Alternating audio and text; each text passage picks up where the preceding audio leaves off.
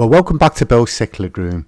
Well, a couple of weeks ago, when we had the Northwest Cichlid Group auction, and I come home and I was getting ready to put the fish into the tanks to acclimatise them, I noticed that this was happening.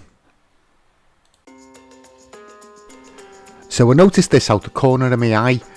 So the Tomocichlia asfraci, the ones that I got from Andy Woods, so yet they've started spawning. So they've been laying their eggs on this rock, which they're actually part way through it at the moment. So the fish that I thought was a subdominant male is the one that was laying the eggs, so I was wrong on that. And obviously the bigger one's the male. So Andy had told me that they'd started to spawn. What he'd actually said is that the male was spawning with the two females, and he thought that one of them was a subdominant male. But yeah, I was really pleased, a nice surprise to come back from the auction too. So in this tank as well, I've put the pair of cutterai, and they've actually spawned. So they've got wrigglers over under these rocks at the moment by the plastic plant.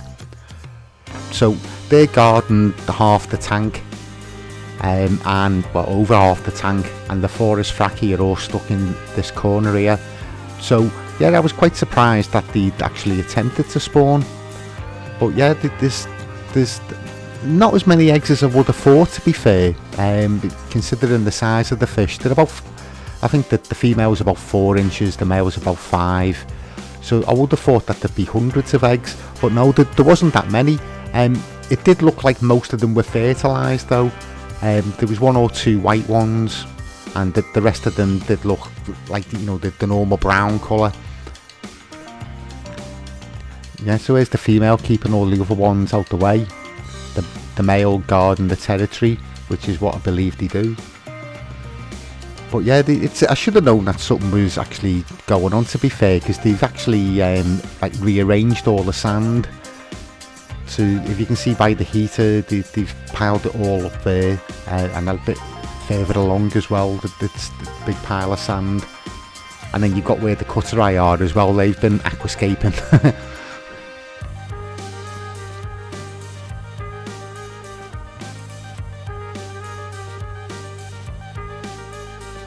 Yeah, fantastic fish these. I'm really pleased that I've got them. So yeah, we've definitely got a male and a female.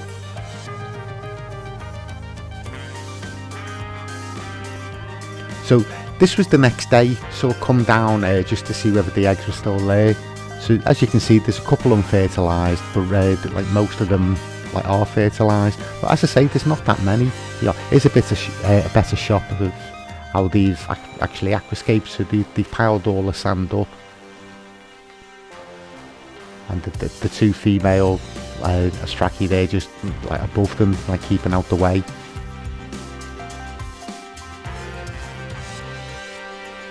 Yeah, it looks like she's doing a good job of tending them, and the male's doing a good job of keeping everything else away.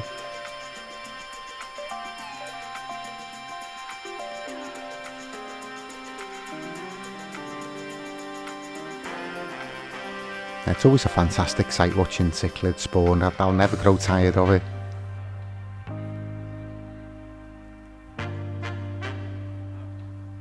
And the cutterai over on their side, like wondering what's going on.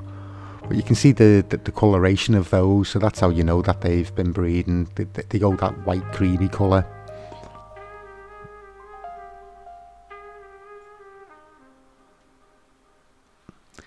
So yeah, with the cutterai, they'd only spawned about 3 or 4 weeks before. But 4 weeks before, if you remember, it was just before I went on holiday. They'd had a spawning, so I actually did rescue some of the fry off them when I come home. So I've got those growing on.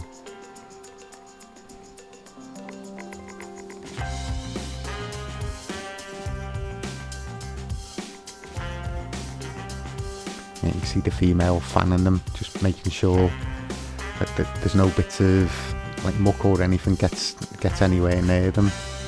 And the male's doing the same as well.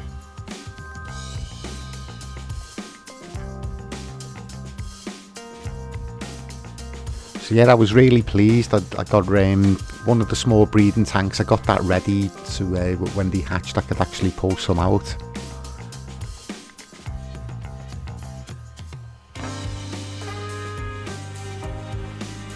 So this was a bit later during the day. So yeah, there's not as many eggs there now. I'd put it down to like she was just getting rid of the unfertilised ones. I'd say there was probably about 40 eggs left there. It's not a large stone that they've laid them on.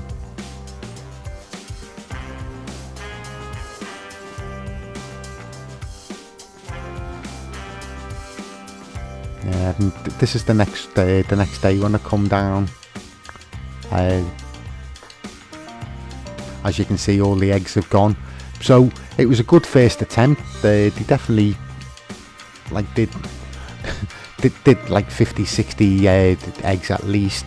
They were looking after them well, but yet unfortunately they've succumbed to eating them. Whether or not this is because the cutteri were in the tank as well, I'm not sure. But I'll leave them, see how they get on, see whether they go again next month, and like maybe pull the rock or something with the eggs on, see what happens. But anyway, thanks for watching, and see you all on the next video.